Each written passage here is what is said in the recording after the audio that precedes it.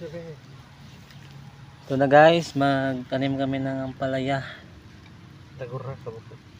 Sa bawat butas ay lagyan namin 2 seeds. Yung seeds namin mga kaibigan, galing po dito sa aming unang tinanim. Diyan namin kinuha, pinahinog. Ano po tawag dito mga kaibigan, mga direct seeding. Yan lang mga kaibigan. Napakadali lang.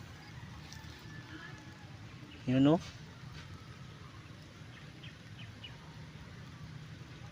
Ganun lang. Basic na basic. Parehas mo atong kuan giputingan eh. Yung lupa natin mga kaibigan, may na yan, may abono. 14. Abono na 14.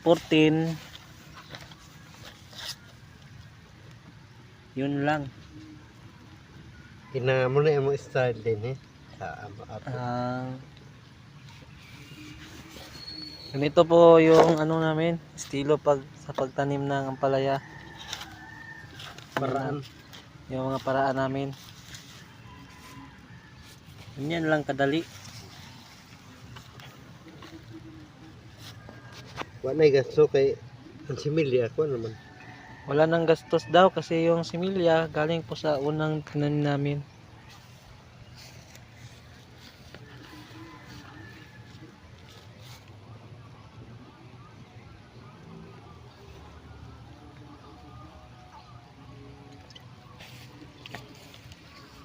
Maulan nakatanghalian.